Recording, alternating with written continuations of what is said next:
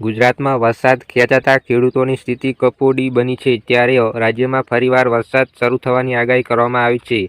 આવતીકાલથી રાજ્યમાં વરસાદનું જોર વધશે. હવામાન વિભાગ દ્વારા 15મીથી 19મી ઓગસ્ટ સુધી ભારે વરસાદની આગાહી કરવામાં આવી છે. 4 સિસ્ટમ સક્રિય થતાં રાજ્યમાં વરસાદી માહોલ જામશે. બીજી તરફ હવામાન નિષ્ણાત પરેશ ગોસ્વામીએ આગાહી કરી હતી કે ગુજરાતમાં હવે સાર્વત્રિક વરસાદ થશે. 16થી 22 ઓગસ્ટ સુધી વરસાદી માહોલની સંભાવના કરવામાં આવી છે. હવામાન નિષ્ણાત પરેશ ગોસ્વામીએ આગાહી કરતાં કહ્યું છે કે બંગાળની ખાડીમાં સાયક્લોનિક સર્ક્યુલેશનની અસર શરૂ થઈ શકે છે.